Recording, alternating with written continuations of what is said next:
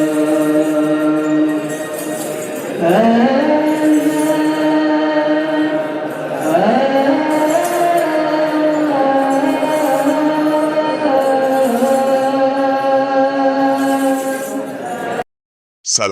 ወደዚህ አጭር ትንታኔ እንኳን በደህና መጣችሁ። ዛሬ በጣም አስደናቂ ወደ ሆነው የአዲስ ኪዳን የመጀመሪያ ቋንቋ ዓለም ውስጥ ዘው ብለን እንገባለን። እንግዲህ እስቲ እንጀምር። አዲስ ኪዳንን ስናነብ መቼም በመጀመሪያው ቋንቋው በትክክል ምን ይል ይሆን ብሎ ማሰብ አይቀርም አይደል?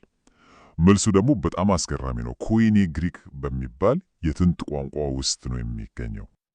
እሺ የጋራ ቋንቋ ሲባል ምን ማለት ነው? ኮይኔ ግሪክ ምንድን ነው? እስቲ መጀመሪያ ነግሩን ከስሩ ከታሪካዊ ዳራው እንጀምር። የውላችሁ እዚህ ላይ የጋራ የሚለው ቃል ቁልፍ ነው። ኮይኔ ግሪክ። እስቲ እንደዚህ ያስቡት። ልክ የዛሬው እንግሊዝኛ ማለት ነው። የጥንቱ ዓለም አቀፍ ቋንቋ ነበር። የፈላስፎችና የሊቃውንት ብቻ አልነበረም። በፍጹም የነጋዴው፣ የወታደሩ፣ በቃ በመንገድ ላይ የሚገኝ የማንኛውም ሰው ቋንቋ ነበር። ለዚህም ነው ወንጌል በፍጥነት ሊዳረስ የቻለው። ለሁሉም ሰው የሚገባ ቋንቋ ነበር። እዚህ ላይ እንደምናየው የግሪክ ቋንቋ ራሱ ረጅም ጉዞ አድርጓል። ኮይኔ ግሪክ ማለት የፕላቶና የአሪስቶትል ክላሲካል ግሪክ አይነት አይደለም። ከዛሬው ዘመናዊ ግሪክም ይለያል። አዲስ ኪዳን የተጻፈው ልክ በዚህ ልዩ የታሪክ ምዕራፍ ላይ በነበረው ቋንቋ ነው። ይህ በጣም ወሳኝ ነጥብ ነው። አሁን አንድ በጣም የሚያስገርም ነገር አለ። እስካሁን ድረስ በጸሐፊው እጅ የተጻፈ አንድም ኦሪጂናል የመጽሐፍ ቅዱስ ቅጂ አልተገኘም። አዎ አልተገኘም። ዛሬ በእጃችን ያሉት በሙሉ ከሌሎች ቅጂዎች የተቀዱ ቅጂዎች ናቸው። እና ይሄ ምን ማለት ነው? ይሄ ማለት እያንዳንዱ ቃል፣ እያንዳንዱ ፊደል የጽሑፉን ትክክለኛነት ለማረጋገጥ በጣም በጥንቃቄ መመርመር አለበት ማለት ነው። በዛ ላይ ደግሞ የጥንት የእጅ ጽሑፎች ልክ እንደዚህ ነበር የሚጻፉት። ሁሉም በትልልቅ ፊደላት፣ ምንም አይነት ክፍተት በቃላት መካከል የለም። ስርዓተ ነጥብ የሚባል ነገር የለም። እስቲ አስቡት፣ የጥንት ሊቃውንት ይህንን ሲያነቡ የነበረውን ፈተና። የትኛው ቃል የት ጋር እንደሚያልቅ መለየቱ ራሱ ትልቅ ሥራ ነበር። ይህ ደግሞ የቋንቋውን አወቃቀር ጠንቅቆ ማወቅ ምን ያህል አስፈላጊ እንደሆነ በደንብ ያሳየናል። እሺ አሁን እስቲ ወደ ቋንቋው መሠረት እንግባ። ፊደላቱ ማለት ነው። እና የሚያስደስተው ነገር ምን መሰላችሁ? ምናልባት ከምናስበው በላይ ብዙዎቹን የግሪክ ፊደላት አስቀድመን እናውቃቸዋለን። አዎ አልፋ፣ ቤታ፣ ዴልታ፣ ፓይ፣ ኦሜጋ፣ እነዚህ ፊደላት በየቦታው እኮ አሉ። በሂሳብ ትምህርት ውስጥ፣ በሳይንስ ቀመሮች ውስጥ፣ እንዲያውም በተለያዩ ማህበራት ስያሜዎች ላይ ሁሉ እናገኛቸዋለን። ስለዚህ አያችሁ፣ የግሪክን ፊደል መማር ከዜሮ መጀመር አይደለም ማለት ነው። በቃ ይሄ ነው ሙሉ ፊደል ገበታ። ይሄን ይመስላል 24ቱ የግሪክ ፊደላት። ሁሉም ነገር እያንዳንዱ ቃልና ሐሳብ የሚገነባው ከነዚህ መሠረቶች ነው። እዚህ ጋር ግን ትንሽ ጥንቃቄ ያስፈልጋል። አንዳንድ የግሪክ ፊደላት ቅርጻቸው ልክ እንደምናውቃቸው ፊደላት ቢሆንም ድምጻቸው ግን ፈጽሞ የተለየ ነው። ለምሳሌ ኤች የሚመስለው ኤታ ተብሎ ኢ ነው የሚነበበው። ፒ የሚመስለው ሮ ተብሎ እር ድምፅ አለው። እነዚህን አታላይ መንቲዎች መለየት ቋንቋውን በትክክል ለማንበብ ቁልፍ ነው። እሺ ፊደላቱን አየን። አሁን እስቲ ወደ ቃላት እንሻገር እና በግሪክ ቋንቋ ቃላት ቅርጻቸውን ይቀያየራሉ። ልክ እንደ ስዊስ ቤላ ማለት ነው። አንድ ቃል ብዙ አይነት አገልግሎት እንዲሰጥ ቅርጹን ይቀይራል። ይሄ እርቦታ ይባላል። ነገሩ እንዲህ ነው። በአማርኛ ውሻ ድመትን ነከሰ እና ድመት ውሻን ነከሰች በጣም ተለያዩ ነገሮች ናቸው አይደል? የቃላት ቅደም ተከተል ትርጉሙን ይወስነዋል። በግሪክ ግን ዋናው ነገር የቃሉ መጨረሻ ላይ ያለው ቅርጽ ነው። የቃሉ መጨረሻ ነው በአንድ አረፍተ ነገር ውስጥ ያለውን ተግባር የሚነግረን። ለምሳሌ አንድ ስም በአረፍተ ነገር ውስጥ ተለያዩ ሚናዎች ሊኖሩት ይችላሉ። ድርጊቱን ፈጻሚ ባለቤት ወይም ኖሚናቲቭ ሊሆን ይችላል። ወይም ደግሞ ድርጊቱ የተፈጸመበት ተሳቢ ወይም አኩዛቲቭ ሊሆን ይችላል። የግሪክ ቋንቋ እነዚህን ሚናዎች የሚለየው ልክ ነው፣ በቃሉ መጨረሻ ላይ ባለው ቅርጽ ነው። ይኸው በተግባር እንየው። ኪሮስ ወይም ጌታ የሚለውን ቃል እንውሰድ። የቃሉ ግንድ ኪሪ የሚለው እንዳለ ሆኖ መጨረሻው ሲቀየር ሚናው እንዴት እንደሚቀየር ተመልከቱ። ኪሮስ ሲሆን ጌታ ድርጊቱን ፈጻሚ ነው ማለት ነው። ኪሪዮ ሲሆን የጌታ ማለት ነው። ኪሪዮን ሲሆን ደግሞ ድርጊቱ በጌታ ላይ የተፈጸመ ተሳቢ ይሆናል። ይኸው ነው። መጨረሻው ሁሉንም ነገር ይናገራል። እሺ፣ ፊደል አየን። ቃላት እንዴት ቅርጻቸውን እንደሚቀይሩም አየን። አሁን ይህ ሁሉ ዕውቀት በተግባር እንዴት እንደሚሰራ ለማየት ጊዜው ነው። በጣም ታዋቂ የሆነ አንድ የመጽሐፍ ቅዱስ ጥቅስን አብረን እንፈታዋለን። ጥቅሱ የዮሐንስ ወንጌል 1:1 ነው። በአማርኛ ትርጉሙ በመጀመሪያ ቃል ነበረ፣ ቃልም በእግዚአብሔር ዘንድ ነበረ፣ ቃልም እግዚአብሔር ነበረ። ሁላችንም የምናውቀው ጥቅስ ነው። ይሄው ደግሞ ጥቅሱ በመጀመሪያው የግሪክ ቋንቋ ሲጻፍ። አሁን ቅድም የተማርነውን የሰዋስው ዕውቀት ተጠቅመን ይህንን እንቆቅልሽ ለመፍታት እንሞክር። እሺ፣ የመጀመሪያውን ክፍል እንመልከት። ኦ ሎጎስ። ሆ የሚለው አርቲክልና በሎጎስ መጨረሻ ላይ ያለው ኦስ ምን እንደሚያመለክቱና እናስታውስ። ኖሚናቲቭ ኬስ። ይህም ማለት ቃሉ የአረፍተ ነገሩ ባለቤት ወይም ድርጊት ፈጻሚ ነው ማለት ነው። ቀጥሎ ደግሞ ፕሮስቶንቴዮን የሚለውን እንይ። እዚህ ላይ ደግሞ ቶን የሚለው አርቲክል እና በቴዮን ላይ ያለው መጨረሻ ኦን አኩዛቲቭ ኬስ መሆኑን ያሳያሉ። ስለዚህ እግዚአብሔር የሚለው ቃል እዚህ ጋር ተሳቢ ነው። አያችሁ ሰዋስው የቃላቱን ግንኙነት እንዴት ግልጽ እንደሚያደርግ። አሁን ወሳኙነቱ ላይ ደረስን። በመጨረሻው ክፍል ላይ ካይ ቴዎስ ኤንሆ ሎጎስ ይላል። እዚህ ላይ አስተውሉ። ቴዎስ ከፊቱ ምንም አርቲክል የለውም። ኦ ሎጎስ ግን አለው። የበጨረፍታ ሲታይ ትንሽ የሚመስል የሰዋስው ልዩነት ለዘመናት ለዘለቁ ስነ መለኮታዊ ትርጓሜዎችና ክርክሮች መነሻ ሆነዋል። አንድ ትንሽ ነገር ምን ያህል ትልቅ ትርጉም እንዳለው ተመልከቱ። እንግዲህ ይህ ሁሉ ነገር ወደ አንድ ትልቅ ጥያቄ ይመራናል። በትርጉም ውስጥ የሚጣፋ ነገር አለ። የመጀመሪያውን ጽሑፍ መረዳት ለምን ይህን ያህል አስፈላጊ ሆነ? እስቲ ይህንን ቁጥር ተመልከቱ። 5400 በአዲስ ኪዳን ውስጥ ያሉት ወደ 138,000 ቃላት በሙሉ የተገነቡት ከነዚህ 5400 ልዩ ቃላት ነው። ይህም ማለት የእያንዳንዱ ቃል ምን ያህል ትርጉም እንደተጫነና በጥንቃቄ እንደተመረተ ነው የሚያሳየው። እናም ዋናው ነጥብ ይሄ ነው። በግሪክ የቃላት ቅደም ተከተል ሰዋስው ሳይሆን አጽንዖት ነው የሚወስነው። ታሪኩን የሚናገሩት የቃላት መጨረሻዎች ናቸው። ይህም ጸሐፊው የፈለገውን ቃል ወደፊት በማምጣት ልክ ስፖትላይት እንደማብራት ሊል ትኩረት እንዲሰጠው ያስችላል። ይህን ስሜትና ትኩረት በሌላ ቋንቋ ትርጉም ውስጥ ሙሉ በሙሉ ማግኘት በጣም አስቸጋሪ ነው። እናም ይህ ወደ መጨረሻው ጥያቄ ያደርሰናል። እያንዳንዱ ትርጉም በራሱ አንድ አይነት ትርጓሜ ከሆነ እኛስ አሁን በምናነባቸው ትርጉሞች ውስጥ ያመለጡን ያሉ ምን ያህል ጥልቅ ሐሳቦችና ትርጉሞች ይኖሩ ይሆን? ይህ የመጀመሪያውን ጽሑፍ መመርመር ምን ያህል ማለቂያ የሌለውና አስደናቂ ጉዞ እንደሆነ ያሳያል። All right, let's dive in. Today we're taking a deep look at one of the most influential texts in history, the New Testament. But we're not just going over the stories. Oh no, we're going behind the scenes, looking at the very language it was first written in. What can the original Greek tell us that maybe, just maybe, gets lost in translation? Let's find out. So when you pick up a Bible today, everything is so neat, right? You've got chapters, verses, paragraphs, it's all laid out for you. But have you ever stopped to wonder what it looked like before all that? Before the English, before the Latin? What did the actual original pages look like? That's the question we're tackling today, and trust me, the answer is probably not what you're expecting. You know, it's so easy to forget that every single translation is also an interpretation. Think about it. Translators have to make choices on which words to use, and in that process, tiny, subtle shades of meaning can sometimes just vanish. So to get as close as we can to the source, we've got to look beyond the English and see the language the authors themselves were using. So, what was this language? Was it some kind of ancient, mystical tongue that only a few scholars knew?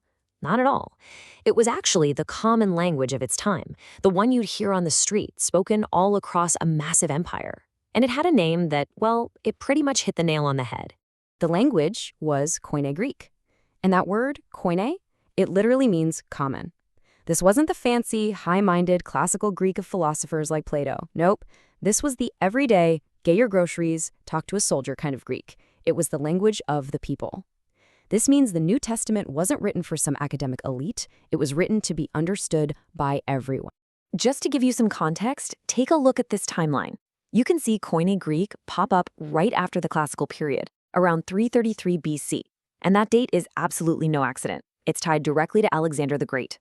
As he conquered his way across the known world, he spread Greek culture and language, which created the need for a single, common version of Greek that everyone in his new empire could use. Okay, so if we're going to understand the language, we have to start with the absolute basics, right? The building blocks. For Koine Greek, that means we're looking at an alphabet that's been around for thousands of years. So, the Greek alphabet has 24 letters. It was actually adapted from an even older system, the Phoenician alphabet. But the Greeks did something revolutionary, a real game changer. They added dedicated letters for vowels. This was a huge innovation that made writing so much more precise. And what's really incredible is that these same letters are still used in Greece today. The alphabet also has some fun little quirks. You've got letters for these cool combined sounds like psi and xi, and then you've got the letter sigma, which is basically their S. But get this, it has two different forms. You use the first one, sigma, anywhere in a word, except for the very end. If a word ends with an S sound, you have to use the final form, xi. It's a small detail, but it's one of those things that's absolutely crucial to reading it right. Okay, now this is where things get really, really interesting, and maybe a little mind-bending. In English, word order is king. Dog bites man and man bites dog are two totally different stories, right? Well, in Greek, word order is way more flexible because the words themselves actually change shape to tell you what they're doing. They're like grammatical shapeshifters. This whole concept is called inflection. Instead of relying on where a word is in a sentence, a Greek word changes its form, usually just the ending, to signal its job. Is it the subject? The object? Is it showing possession? You don't need the sentence structure to tell you. The word's ending does all the work. It's like each word wears a little tag that says, "Hi, I'm the one doing the action." Let's look at a real example. Take the word Kyrios, which means Lord. If the Lord is the one doing the action, it's Kyrios. But if you want to say something belongs to the Lord, like the prayer of the Lord, the ending changes to Kyrio. If you give something to the Lord, it becomes Kyrio. And if the Lord is the one receiving the action, like the Father sent the Lord, it's Kyrion. See that? It's the same core word doing four completely different jobs just by changing its ending. Honestly, the best way to think of it is like this. Greek nouns are like multi-tools. You've got one central piece, the word itself, and you just swap out the attachments on the end to give it a completely different job. It's an incredibly efficient way to build a sentence. Okay, so now that we have a feel for the language, let's circle back to our big question. What did these texts actually look like on the page? Because, let me tell you, it's not what you'd think. We're all familiar with how a verse like John 1:1 looks in a modern book. It's clean, it's got punctuation, capital letters, it's easy to read. But you have to remember this beautiful layout is a pretty modern invention. For hundreds of years, it looked nothing like this at all. And here's a fact that just blows my mind every time. Not a single original manuscript, a scroll or page physically written down by Matthew or Paul or John, has ever been found. Everything we have is a copy of a copy of a copy. So, what did those earliest copies we do have actually look like? Well, you might want to brace yourself. It's a little different. This is what John 1:1 looked like. It's a style called scriptio continua, or continuous script. It is just a solid, unbroken stream of capital letters. There are no spaces between the words, no lowercase letters, no chapters, no verses, and almost zero punctuation. It's just a wall of text. I mean, can you imagine trying to read that out loud? You'd have to figure out where one word stopped and the next one started, all in your head in real time. There was no punctuation to tell you when a sentence ended and no accent marks to help you pronounce the words. It took an incredible amount of skill just to read this stuff, let alone copy it by hand without making mistakes. And speaking of punctuation, here's one last amazing little fact for you. While their period and comma were basically the same as ours, other marks were totally different. That raised dot often worked like a colon or a semicolon. But the craziest one, the Greek question mark, was our semicolon. So yeah, if you were reading an ancient Greek text and saw a semicolon, it meant someone was asking a question. How wild is that? So all of this brings us to one final big question to think about. We've seen how just changing the ending of one Greek word can totally change its meaning, and how early readers had to decide where words even began or ended. So it makes you wonder, if the very structure of a language is so complex, how does language itself, the very words we use, end up shaping what we believe? Something to think about. Thanks for watching. ሰላም እስኪ ዛሬ ጊዜን ወደ ኋላ መልሰን የምዕራባውያንን ስልጣኔ የቀረጸውን የአስተሳሰብ መንገድ እንቃኝ። ይህን የምናደርገው ደግሞ የአዲስ ኪዳን ግሪክን ቋንቋ በመመርመር ነው። ግን ይሄ የሰዋስው ትምህርት እንዳይመስልባችሁ፣ በፍጹም። ይልቅስ ቃላት እንዴት የተለየ እውነታን መፍጠር እንደሚችሉ የምናይበት ወደ አንድ ጥንታዊ አእምሮ የምናደርገው ጉዞ ነው ማለት እንችላለን። እሺ፣ ታዲያ ለምን አንድ ሰው እንዲህ አይነት ጥንታዊ ቋንቋን ለመማር ይነሳሳል? ደራሲው ኤዲ ላንዝ በመቅደሙ ላይ የዚህን ጥያቄ ልብ በሚነካ መልኩ ይመለሳል። ቁም ነገሩ ቃላቱን ማወቅ ብቻ አይደለም፣ ይልቅስ አንድን ጽሑፍ ለመጀመሪያ ጊዜ እንደተጻፈው ሆኖ የማንበብ ያንን የመጀመሪያውን ብልጭታ የማግኘት ልዩ ደስታ ነው። እንግዲያው ለምን ይህን እናደርጋለን? ለምንስ ወደ ኋላ ተመልሰን ይህን ጥንታዊ ቋንቋ እንመረምራለን? ዋናው ምክንያት እንደ ፕሌቶ ፍልስፍናና እንደ አዲስ ኪዳን ያሉ የምዕራባውያን አስተሳሰብ መሰረት የሆኑ ጽሑፎችን በቀጥታ ለመንካት ስለሚያስችለን ነው። በትርጉም ሂደት ውስጥ የሚጠፉትን ሱር የትርጉም ቀለማትና የሐሳብ ጥልቀት ለማየት ብቸኛው መንገድ ይሄ ነው። ያው ማንኛውም ጉዞ በመጀመሪያው እርምጃ ይጀምራል አይደል? በቋንቋ ዓለም ደግሞ ያ የመጀመሪያው እርምጃ ፊደላት ናቸው። የግሪክ ፊደላት መጀመሪያ ላይ እንግዳ ሊመስሉ ይችላሉ። ግን የሚገርመው ከምናስበው በላይ በሂሳብና በሳይንስ ትምህርቶቻችን ውስጥ አብሮን እንደነበሩ ስናውቅ እንደምናውቃቸው እንገነዘባለን። ለምሳሌ እስኪ መጀመሪያዎችን ሁለቱን እንመልከት፣ አልፋ እና ቤታ። የምንጠቀምበት አልፋቤት የሚለው ቃል ራሱ ከየት የመጣ ይመስላችኋል? አዎ ከነዚህ ሁለት የግሪክ ፊደላት ነው። ቀጥሎ የምናያቸው ጋማና ዴልታ ደግሞ በሳይንስና ሂሳብ ትምህርት ውስጥ በደንብ የምናውቃቸው ናቸው። ስለዚህ ሳናውቀው የግሪክ ፊደላትን ስንጠቀም ነበር ማለት ነው።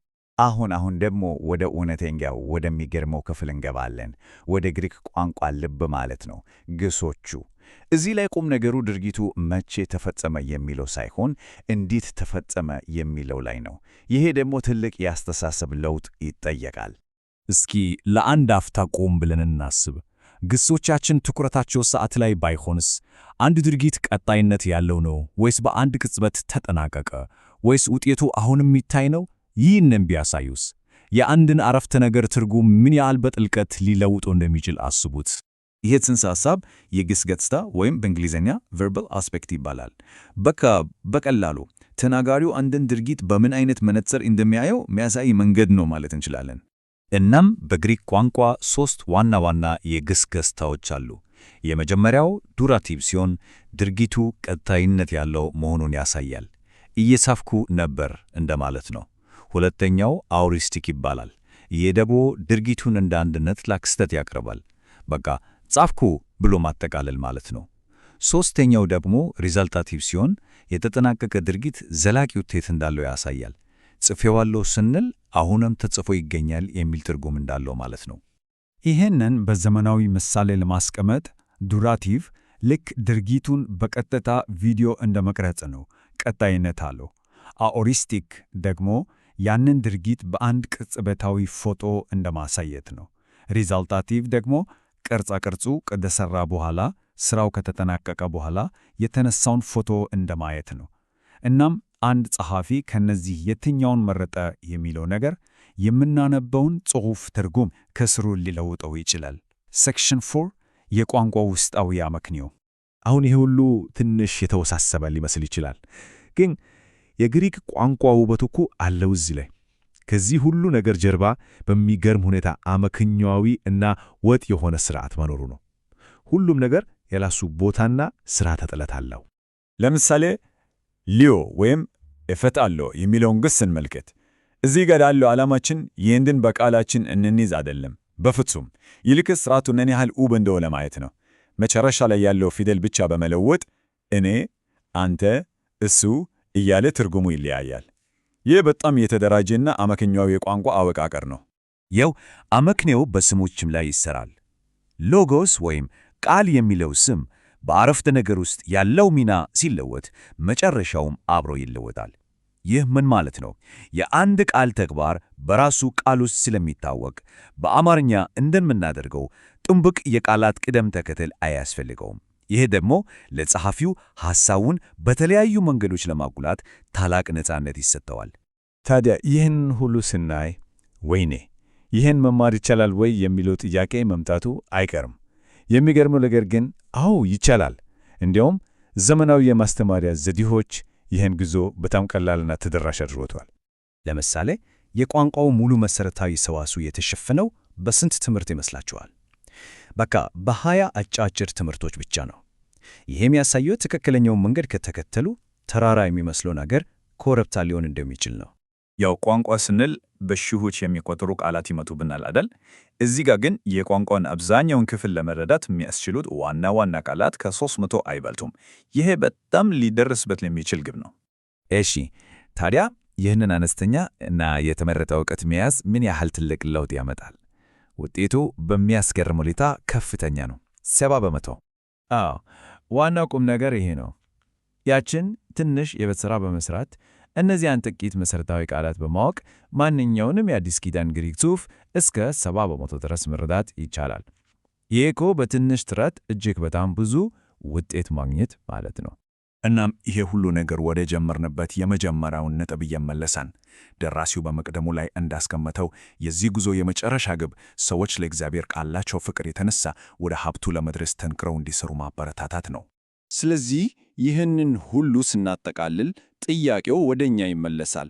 በትርጉም ውስጥ ተሰውሮ በዚህ ጥንታዊ ቋንቋ ቁልፍ ብቻ ሊከፈቱ የሚችሉ ምን ያህል የሐሳብ ሀብቶች ተደብቀው ይኖሩ ይሆን? ምናልባት መልሱን ለማግኘት ጊዜው አሁን ነው። ጉዞው ገና ተጀምሯል።